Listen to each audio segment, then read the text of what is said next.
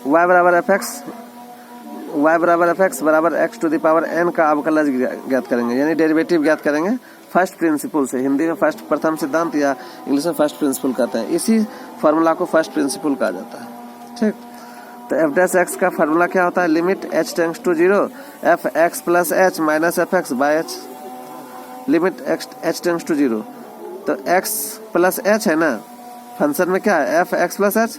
X plus h की जगह यहाँ एफ एक्स है, तो एफ एक्स बराबर x to the power n है। अगर हम x प्लस एच रखेंगे तो यहाँ भी x प्लस एच हो जाएगा, उस पर पावर n हो जाएगा, तो x प्लस एच पर पावर n हो गया। माइनस फंक्शन का वैल्यू क्या है? x to the power n लिख दिए बाय h। अब इसका एक्सप्रेशन जो है बाइनोमियल थ्योरम से हम लोग यहाँ से तोड़ते हैं। nc0 x पर power n plus nc1 x पर power n minus 1 into H plus nc2 x पर n minus 2 into H square plus dot dot dot ncn x power 0 हो जाएगा, n और h पर पावर हो जाएगा n माइनस ये वाला x n रख दिए, x to the power n यहाँ काट देते हैं हम लोग इसको। जो बचा उससे हम लोग n into x power n minus 1 into h common ले लेंगे, तो यहाँ हो जाएगा 1 plus h by x n minus 1 by 2। इसी तरह सब बचेगा यहाँ, और h से h कैंसिल हो जाएगा। जो बचा उसमें लिमिट h टेंड्स टू 0 रख देंगे, यानी x के जगह फिर h के जगह क्या रख देंगे? 0। तो ये तो 1 बचेगा, यहाँ 1 बचेगा। इधर सारा h जहाँ जहाँ वो 0 रखाने से क्या हो जाएगा? सब 0 हो जाएगा।